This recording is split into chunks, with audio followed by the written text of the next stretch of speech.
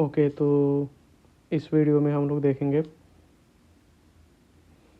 What are the main 4 pillars of OOPs. तो ये question वैसे भी काफ़ी इम्पॉर्टेंट है,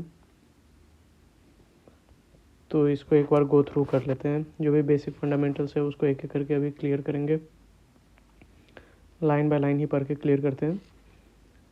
in an interview setting, explaining the 4 pillars of object oriented programming oops is not just about definition, it's about showing how they safeguard your code in a complex environment। तो सही बात है, जब भी अगर हमसे इंटरव्यू में पूछा जाता है कि ऑब्जेक्ट ओरिएंटेड प्रोग्रामिंग के मेन 4 पिलर्स क्या हैं, तो इंटरव्यूअर बेसिकली हमसे कोई सिंपल डेफिनेशन नहीं चाहता है। वो बेसिकली ये समझना चाहेगा कि as a 3.5 year of experience engineer हम कितने अच्छे से समझते हैं ऊप्स के 4 पिलर्स को, कि वो कैसे हमारे एप्लीकेशन में कंट्रीब्यूट करता है। अब देखते हैं। अच्छा, इसमें हम लोग ये भी देख लेते हैं क्या क्या हम लोग कवर करने वाले हैं। हम लोग कॉन्सेप्ट को देखेंगे, फिर 3.5 ऑफ ईयर्स के पर्सपेक्टिव से हमें कैसे बताना है, और प्रोजेक्ट में हमने ये जो कॉन्सेप्ट है ऊप्स के 4 मेन पिलर्स उसको कैसे इंटीग्रेट किया। ठीक, फिर उसके बाद अच्छे से देख लेंगे एक एक 4 पिलर्स को, जिसमें हमारा अब्स्ट्रैक्शन और पॉलीमॉर्फिज्म है। उसके बाद इनकैप्सुलेशन आएगा, उसके बाद इनहेरिटेंस को भी देख लेंगे, और फाइनली हम लोग देखेंगे कि ओवर द ईयर या फिर ये जो पर्टिकुलर प्रोजेक्ट जिसके बारे में हम एक्सप्लेन कर रहे हैं, तो उससे एंड में हमने क्या सीखा था। ठीक, तो अब कॉन्सेप्ट को एक बार देख लेते हैं। The 4 pillars of oops are encapsulation, abstraction, inheritance and polymorphism। ये चारों हैं। Together they form the blueprint for designing modular, reusable and maintainable software। By modeling data and behavior as object, तो कॉन्सेप्ट में बताया जा रहा है कि जो हमारा ओप्स का मेन 4 पिलर है उसमें हमारा आता है इनकैप्सुलेशन, अब्स्ट्रैक्शन, इनहेरिटेंस और पॉलीमॉर्फिज्म। ठीक, और इन सभी को यूज़ करके हम क्या काम करते हैं, हम एक ऑब्जेक्ट को बनाते हैं। ठीक, और ये जो ऑब्जेक्ट है, जब इन सभी कॉन्सेप्ट को यूज़ करके जब हम ऑब्जेक्ट को बनाते हैं तो ये ऑब्जेक्ट एग्जैक्टली मिमिक करता है किस चीज़ को, जो भी रियल वर्ल्ड है, रियल वर्ल्ड के ऑब्जेक्ट है उसके डेटा और बिहेवियर को। ठीक, तो वही लिखा हुआ है, together they form a blueprint for designing. तो बेसिकली इन कॉन्सेप्ट का यूज़ करके हम लोग जो भी ऑब्जेक्ट है उसके ब्लूप्रिंट को हम लोग डिज़ाइन करते हैं। ठीक, और ये जो ब्लूप्रिंट है इसका खास बात क्या रहता है कि ये मॉड्यूलर होता है। ठीक, छोटे छोटे पार्ट में हम लोग पूरे ऑब्जेक्ट को डिफ़ाइन कर पाते हैं। ठीक, और ये जो ब्लूप्रिंट हम बना रहे हैं ये रीयूजेबल भी हो पाता है, क्योंकि ऊप्स के जो 4 पिलर है इसमें हमारा इनहेरिटेंस भी आता है, और साथ में जो ऊप्स का ये जो कॉन्सेप्ट है ये काफ़ी ज़्यादा बड़े से बड़े कोड को भी मेंटेनेबल और रीडेबल भी बनाता है। ठीक, अब द वाई के बारे में हम लोग जानते हैं। ठीक, in a production environment these principles are the difference between a spaghetti code base and a scalable system। As a developer with 3.5 years of experience, I have seen that without these, a single change in a microservices can cause a cascading failure across the entire application or entire architecture। They allow us to manage technical debt and ensure that different team members can work on the same system without breaking each other's logic। तो बोला जा रहा है कि production environment के हिसाब से अगर हम देखें तो जब भी हम ऊप्स के जो भी फंडामेंटल पिलर्स हैं उनको अगर हम प्रॉपरली यूज़ करते हैं तो उससे क्या होता है कि हमारा ओवरऑल कोड का जो आर्किटेक्चर है वो बहुत ज़्यादा सही होता है। ठीक, और अगर हम ऊप्स के जो भी 4 फंडामेंटल पिलर्स हैं अगर उसको प्रॉपरली यूज़ नहीं करते हैं तो उस केस में क्या होता है कि पूरा एकदम खिचड़ी जैसा हमारा कोड बेस बन जाता है। ठीक, और सही से इस्तेमाल करने पे जो हमारा एप्लीकेशन है या फिर जो हमारा आर्किटेक्चर है वो काफ़ी ज़्यादा स्केलेबल होता है, यानी बहुत ज़्यादा लोड भी आए तो भी हमारा एप्लीकेशन अच्छे से उसको झेल जाता है। और इनफैक्ट हमने भी देखा है कि हमारा जो अभी रिसेंट प्रोजेक्ट है या फिर बहुत सारे ऐसे प्रोजेक्ट जब हम इन फंडामेंटल बेसिक प्रिंसिपल्स को भी अच्छे से नहीं फॉलो करते हैं तो ओवरऑल क्या होता है कि पूरा का पूरा कोड जो हमारा प्रोजेक्ट का आर्किटेक्चर है वो पूरा ढीला पड़ जाता है, जिसके कारण होता है कि अगर कहीं भी अगर हम कुछ चेंज कर रहे हैं तो उससे ओवरऑल एक कैस्केडिंग इफेक्ट पड़ता है हमारे एप्लीकेशन पे। एक जगह चेंज कर रहे हैं तो चार जगह वो बिगड़ना शुरू हो जाता है। और ऐसा तो बहुत ज़्यादा इस केस में भी होता है जब हम इनहेरिटेंस को बहुत ज़्यादा यूज़ करते हैं, जब हम टाइट कपलिंग करना शुरू कर देते हैं अपने सारे कंपोनेंट्स को। तो अगर हम ढंग से जो ऊप्स के प्रिंसिपल है उसको अगर फॉलो करें तो उससे क्या होता है कि जो हमारा प्रोजेक्ट है उसमें अगर डिफरेंट टीम या फिर डिफरेंट टीम मेंबर्स अगर अलग अलग काम कर रहे हैं अलग अलग कंपोनेंट्स पे अलग अलग पार्ट पे, तो ढंग से फॉलो करने पर इन प्रिंसिपल्स को कोई भी वैसा हमें कोई मेजर ब्रेकिंग लॉजिक नहीं देखने को मिलता है या फिर हमारा कोड कहीं कहीं से ब्रेक होना शुरू नहीं होता है। अब हम नेक्स्ट पॉइंट की तरफ हम बढ़ते हैं जो कि है प्रोजेक्ट इंटीग्रेशन की। हमने ये जो कॉन्सेप्ट्स हैं इसको किस तरीके से अपने प्रोजेक्ट के अंदर में इंटीग्रेट किया था। During my time working on a Spring Boot based e-commerce platform, we used these principles to build a robust payment gateway integration. We had to support multiple providers like Stripe, PayPal, and internal credit system while keeping the core business logic decoupled from the third party APIs. तो अब हम ये बता सकते हैं कि हमने अभी या फिर अपने पास में जो भी प्रोजेक्ट्स किए हैं तो उसमें हम इन प्रिंसिपल्स को कैसे यूज़ किए थे। तो एक एग्जांपल तो हमें यहाँ पे दिया हुआ है बस बताने के लिए कि मान लो कि हमने एक स्प्रिंग बूट प्रोजेक्ट के ऊपर में काम किया है कि हम एक ई-कॉमर्स प्लेटफॉर्म बना रहे थे जो कि स्प्रिंग बूट के ऊपर बना हुआ था। ठीक, अब इसमें हम एक फीचर को डेवलप कर रहे थे जो कि था अपना पेमेंट गेटवे इंटीग्रेशन। ठीक, तो जब भी हम किसी भी ई-कॉमर्स से पेमेंट कोई भी सामान खरीदते हैं तो पेमेंट करना होता है और पेमेंट करने के लिए हमारे पास क्या होता है कि मल्टीपल गेटवेज होते हैं। ठीक, जैसे जब हम डेबिट कार्ड से पेमेंट करते हैं या फिर यूपीआई से पे करते हैं या फिर कोई भी डिफरेंट तरीके से, तो सिक्योरिटी के लिए भी एक पेमेंट गेटवे आता है। ठीक, तो उसी के बारे में बता रहे हैं कि बहुत सारे ऐसे पेमेंट प्रोवाइडर्स होते हैं जैसे स्ट्राइप में भी ये सारे पेमेंट मेथड्स को रखे हुए रहता है। सिमिलरली पेपैल होता है, फिर इंटरनल क्रेडिट सिस्टम। और जो सबसे इम्पॉर्टेंट पॉइंट है कि जब हम ये मेथड को इंटीग्रेट कर रहे थे पेमेंट गेटवे जो हमारा फंक्शनैलिटी है, जब इसे हम अपने ई-कॉमर्स प्लेटफॉर्म में इंटीग्रेट कर रहे थे तो उसमें सबसे ज़्यादा इम्पॉर्टेंट बात था कि हमें कोई भी टाइट कपलिंग नहीं करना था। टाइट कपलिंग बिटवीन हमारा जो हम अपने एप्लीकेशन के अंदर जो बिजनेस लॉजिक लिख रहे हैं और जो हमारा थर्ड पार्टी एपीआईज हैं, तो इनके बीच में हमें कोई भी टाइट कपलिंग नहीं रखना था। इनके बीच में हमें लूज कपलिंग को फॉलो करना था। तो इसको हमने कैसे किया इसको हम देखेंगे यहाँ पे लर्न लेसन्स में, और थोड़ा बहुत और बहुत सारी चीज़ें हम यहाँ पर भी एक्सप्लोर करेंगे द डीप डाइव एग्जांपल में। तो पहला पॉइंट दिया हुआ है यहाँ पे अब्स्ट्रैक्शन और पॉलीमॉर्फिज्म के बारे में। तो ये कैसे हमने यूज़ किया अपने इस प्रोजेक्ट में। We created a payment provider interface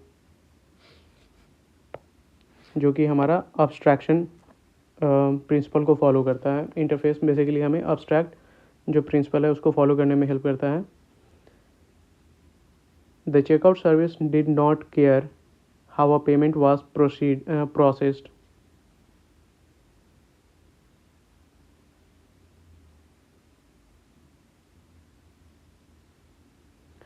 It just called process payment method. At the runtime, the system injected either a Stripe provider or a PayPal provider. That is polymorphism. Think of it like a universal remote. The remote is basically our interface, जो हमारा ये class है payment provider, इसी के बारे में बोला जा रहा है. Has a power button. So the remote interface has a power button and it works whether you are pointing it to a Sony or a Samsung TV. तो इस जगह पे हमें बताया जा रहा है कि हमने ये जो हमारा फीचर था पेमेंट गेटवे इंटीग्रेशन, तो इसको डेवलप करते टाइम हम अब्स्ट्रैक्शन और पॉलीमॉर्फिज्म का जो कॉन्सेप्ट है वो कैसे यूज़ किए. तो सबसे पहले तो हमने एक इंटरफेस बनाया जिसका नाम था पेमेंट प्रोवाइडर. ठीक, तो सिंस ये इंटरफेस है तो ये अब्स्ट्रैक्शन को फॉलो करेगा ही, क्योंकि इंटरफेसेस के अंदर में सिर्फ अब मेथड्स को डिक्लेयर करते हैं, उनका इम्प्लीमेंटेशन हम नहीं डिफाइन करते हैं. ठीक, और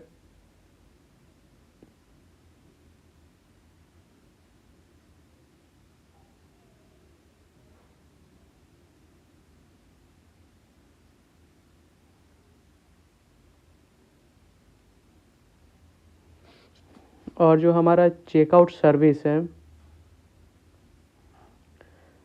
तो इसके अंदर जो हमारा मेथड है process payments,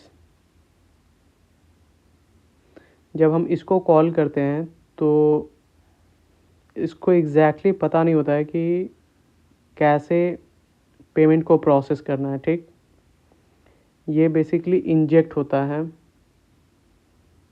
at the run time कि कौन से पेमेंट प्रोवाइडर को हमें सेलेक्ट करना है, वेदर स्ट्राइप प्रोवाइडर को या फिर पेपल प्रोवाइडर को. इसको हम इस तरीके से भी समझ सकते हैं कि जो हमारा पेमेंट प्रोवाइडर इंटरफेस है ये एक तरीके से रिमोट है. ठीक, और इस रिमोट को जिस भी टीवी की तरफ हम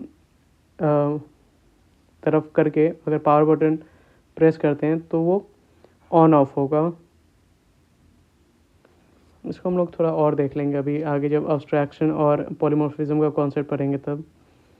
दूसरा पॉइंट है इनकैप्सुलेशन. तो ये बेसिकली जो हमारा ओप्स कॉन्सेप्ट है उसमें जो हमारा एक मेन पिलर होता है वो है इनकैप्सुलेशन. तो इनकैप्सुलेशन है क्या और इसको है क्या वो हम बाद में देख लेंगे. अभी इस प्रोजेक्ट में हमने इसको कैसे यूज़ किया उसके बारे में देख लेते हैं. We wrapped sensitive transaction data inside a payment request object, making fields private and exposing only necessary methods. This is like a black box.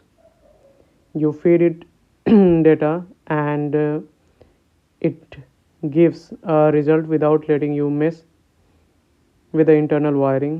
तो बोला जा रहा है कि इनकैप्सुलेशन बेसिकली हम यूज़ किए थे जो भी हम ट्रांजैक्शन कर रहे थे.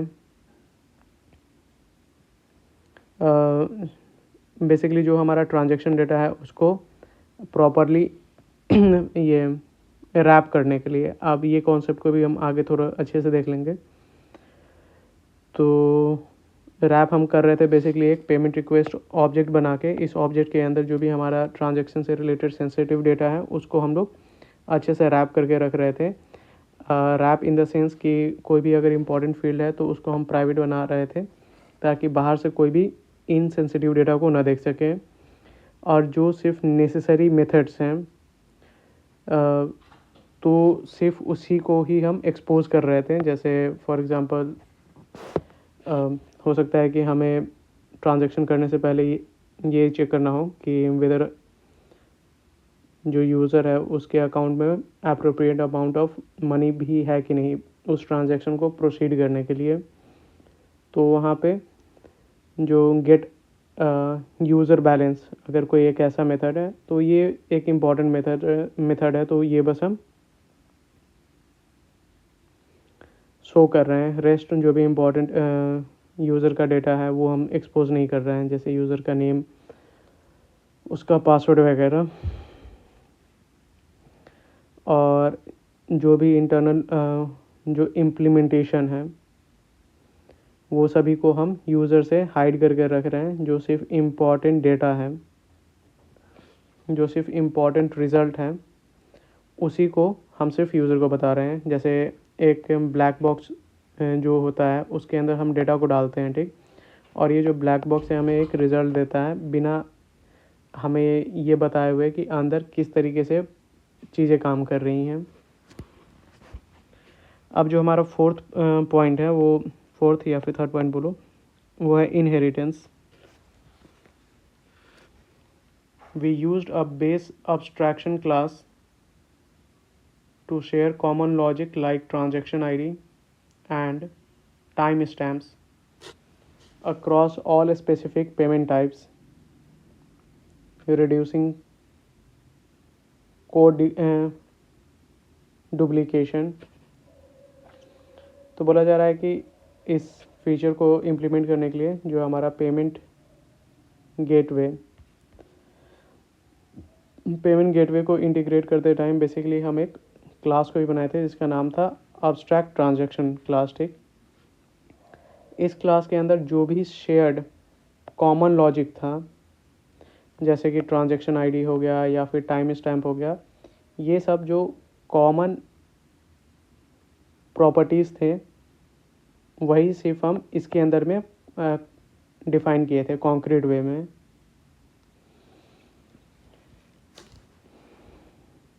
और ये क्लास को हम उन सभी क्लासेस इस क्लास को बेसिकली वो सारे क्लासेस इम्प्लीमेंट किए थे या फिर एक्सटेंड किए थे जो कि स्पेसिफिक पेमेंट टाइप्स के थे, ठीक।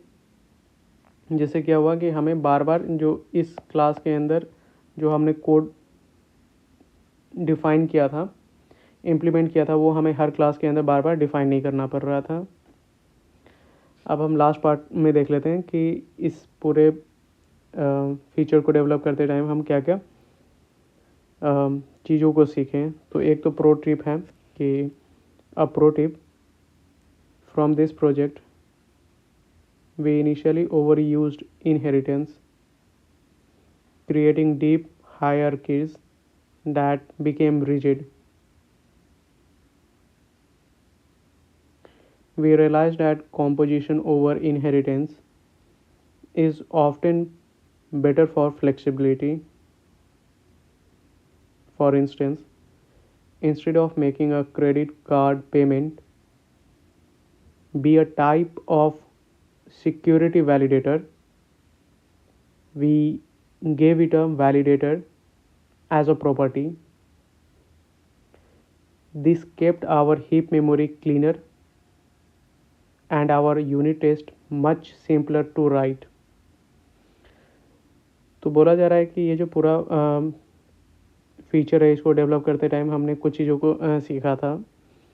पहला कि इनिशियली जब हम पूरे फीचर को डेवलप कर रहे थे तो हम हर जगह इनहेरिटेंस को यूज़ कर रहे थे, ठीक।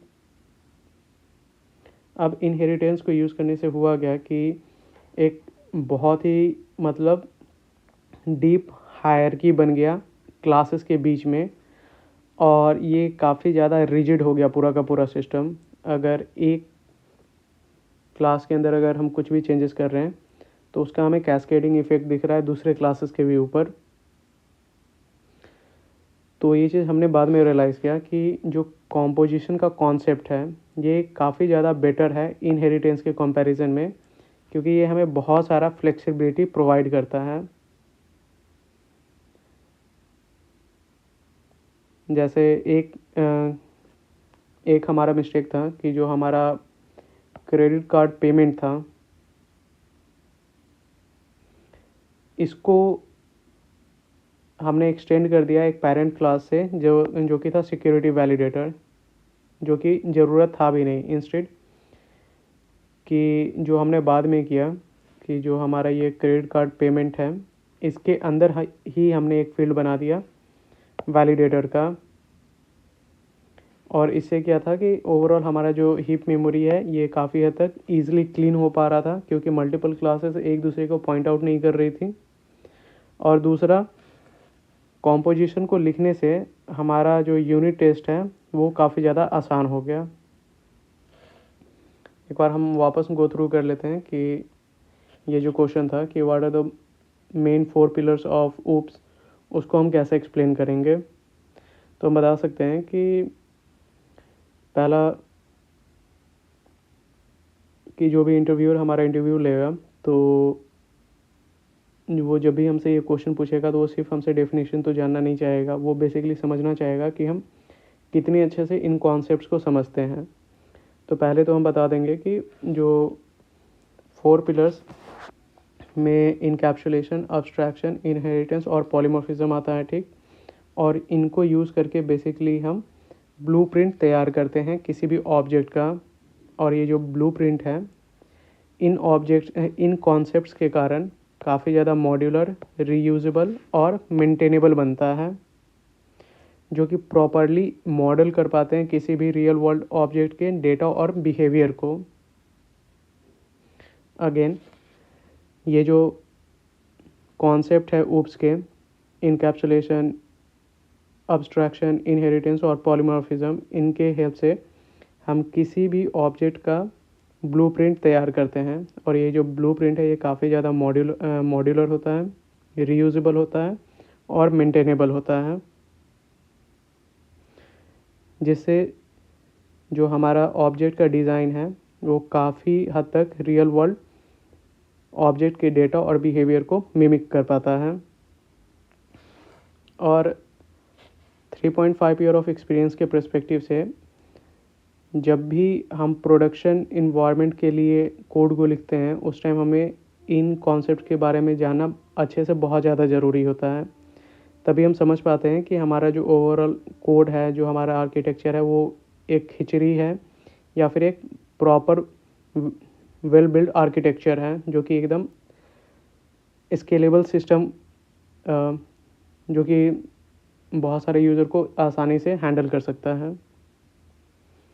और प्रॉपरली इन प्रिंसिपल्स को फॉलो करने से होता क्या है कि एक प्रोजेक्ट के अगर ऊपर बहुत सारे मल्टीपल टीम मेंबर्स भी काम कर रहे हैं तो उनके चेंजेस दूसरे के चेंजेस को ब्रेक नहीं करते हैं। और इसको एक्सप्लेन करने के लिए हम एक एग्जांपल बता सकते हैं कि हमारा जो भी रिसेंट प्रोजेक्ट है उसके अंदर हमने जो भी एक फीचर डेवलप किया है तो उसमें इन कॉन्सेप्ट्स को हमने कैसे यूज़ किया है। जैसे फॉर एग्जांपल हम बता सकते हैं कि हमने एक ई कॉमर्स वेबसाइट के ऊपर में काम किया था जो कि स्प्रिंग बूट के ऊपर बना हुआ था। और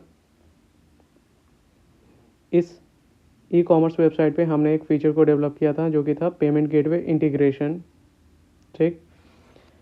तो इस फीचर को डेवलप करते टाइम हमने ध्यान में रखा था कि जो अभी हमारा पेमेंट से रिलेटेड कोड लॉजिक होगा वो टाइटली कपल्ड नहीं होगा हमारा थर्ड पार्टी एपीआईज़ के ऊपर। तो सबसे पहले तो हमने इसमें अब्स्ट्रैक्शन और पॉलीमॉर्फिज्म यूज़ किया। हमने एक क्लास क्रिएट किया था, बेसिकली हमने एक इंटरफेस क्रिएट किया था पेमेंट प्रोवाइडर के नाम से, जो कि बेसिकली एक अब्स्ट्रैक्शन के रूल को फॉलो कर रहा है, ठीक। जब भी हम इस मेथड के इस इंटरफेस यानी पेमेंट प्रोवाइडर के एक मेथड को कॉल कर रहे थे प्रोसेस पेमेंट, तो वो एट द टाइम पेमेंट करते टाइम जो भी यूज़र ने डेटा फिल किया है उसके अकॉर्डिंग प्रॉपर प्रोवाइडर को सेलेक्ट कर रहा था, ठीक। जैसे स्ट्राइप प्रोवाइडर हो गया या फिर पेपल प्रोवाइडर हो गया। तो यहाँ पे ये जो ऑटोमेटिकली सिलेक्शन है प्रोवाइडर का ये हो रहा था पॉलीमॉर्फिज्म के हेल्प से। फिर दूसरा पॉइंट है इनकैप्सुलेशन। इनकैप्सुलेशन को हमने यूज़ किया था कि जब भी हमें कोई भी इम्पॉर्टेंट और सेंसिटिव डेटा को शेयर करना था तो फिर हम उसको प्रॉपरली इनकैप्सुलेट करके कर रहे थे। इससे हो क्या रहा था कि जो भी नेसेसरी डेटा है सिर्फ वही हम यूज़र को दिखा रहे थे, रेस्ट वो प्रॉपरली हिडन था यूज़र से कि अंदर चीज़ें कैसे काम कर रही हैं। फिर हमारा जो फाइनल कॉन्सेप्ट है इनहेरिटेंस, उसको हमने इम्प्लीमेंट किया था एक क्लास के हेल्प से जिसका नाम था अब्स्ट्रैक्ट ट्रांजैक्शन क्लास। तो ये जो क्लास है अब्स्ट्रैक्ट ट्रांजैक्शन, इसके अंदर हमने वो सारे कॉमन लॉजिक्स को लिखा था जो कि हमें उन सभी क्लासेस में इम्प्लीमेंट करने थे जो कि पेमेंट से रिलेटेड कुछ लॉजिक लिख रहे हो या फिर उनके अंदर कुछ पेमेंट से रिलेटेड लॉजिक हो। इससे क्या हुआ कि जो भी हमारा कॉमन प्रॉपर्टी या फिर बिहेवियर है वो हमें हर क्लास में एक्सप्लिसिटली वापस से नहीं लिखना पड़ा, जैसे कि ट्रांजैक्शन आईडी हो गया या फिर टाइम स्टैम्प हो गया कि पेमेंट कब हुआ था वैसा। फिर फाइनली ये जो पूरा प्रोजेक्ट है इसको बनाने पे हमने ये भी कुछ चीज़ों को सीखा, जैसे इनिशियली हमने बहुत ज़्यादा इनहेरिटेंस को यूज़ किया था, जिससे क्या हुआ कि काफ़ी ज़्यादा डीप हायरकी बन गया क्लासेस के बीच में और बहुत ज़्यादा एक टाइट कपलिंग हो गया, जिससे पूरा का पूरा फीचर हमारा बहुत ज़्यादा रिजिड हो गया था। फिर बाद में हमने रियलाइज़ किया कि जो कॉम्पोजिशन है वो एक काफ़ी ज़्यादा बेटर ऑप्शन है इन कंपैरिजन टू इनहेरिटेंस, क्योंकि कॉम्पोजिशन हमें बहुत ज़्यादा फ्लेक्सिबिलिटी प्रोवाइड करता है। तो हमने इसको इम्प्लीमेंट किया, जैसे हमारे पास एक क्लास था क्रेडिट कार्ड पेमेंट, जिसको इनिशियली हमने एक पेरेंट क्लास को एक्सटेंड किया हुआ था इस क्रेडिट कार्ड पेमेंट क्लास के अंदर, जो कि था सिक्योरिटी वैलिडेटर। तो फिर बाद में हमने इसको चेंज करके क्या कर दिया कि जो हमारा क्रेडिट कार्ड पेमेंट है इसके अंदर ही हमने एक प्रॉपर्टी बना दिया वैलिडेटर के नाम से, इंस्टेड कि ये जो हमारा सिक्योरिटी वैलिडेटर क्लास है इसको एक्सटेंड करें। तो इससे ओवरऑल ये हमारा एक तो एप्लीकेशन काफ़ी हद तक डीकपल्ड हो जाता है, और दूसरा जो हीप मेमोरी है वो भी काफ़ी ज़्यादा क्लीन होता है, क्योंकि मल्टीपल ऑब्जेक्ट्स अब हमारे हीप मेमोरी के अंदर में पड़े हुए नहीं रहेंगे। और ओवरऑल हमारा जो यूनिट टेस्टिंग जो हमें लिखना होता है वो भी काफ़ी ज़्यादा सिंपल हो जाता है।